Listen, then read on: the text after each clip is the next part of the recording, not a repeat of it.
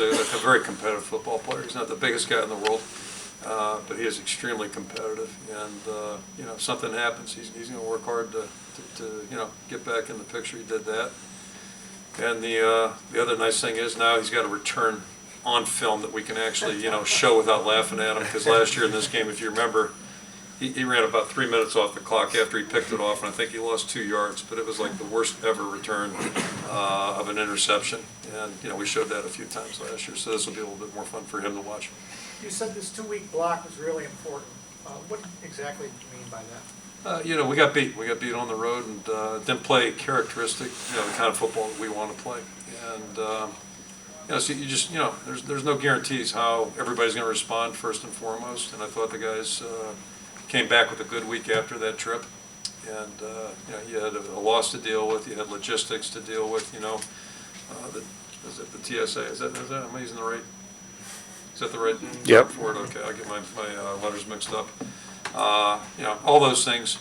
But the guys, you know, they did a good job and came back and played. And then I thought this week our practice was good. And, probably some of that execution we saw in the first half, I think, was a benefit or the result of us practicing a little bit better. I think we finally, this week, started to practice maybe the way we need to. Not that we can't get better, but at least it looked a little bit more like a, you know, a decent football team out there in practice.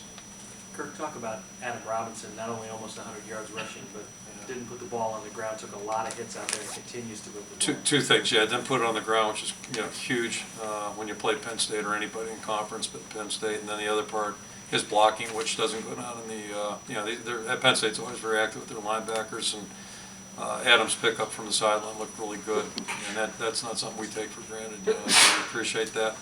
Our backs have to block, and he does a good job. He's a tough, hard-nosed football player, and he gives us a better chance to win, that's for sure.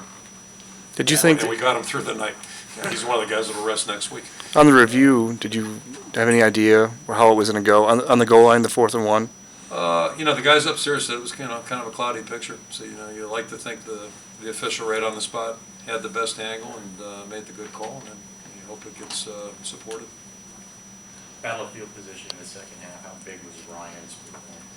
Really good, and I mentioned earlier, you know, he mishit a couple early, you know, uncharacteristic of him. So, you know, in my mind at that point, I said, you know, he's going to come back. You know, he's too good of a football player, and you know, he did a great job, absolutely fantastic. And then their guy got in the swing of things. Boy, he nailed that one.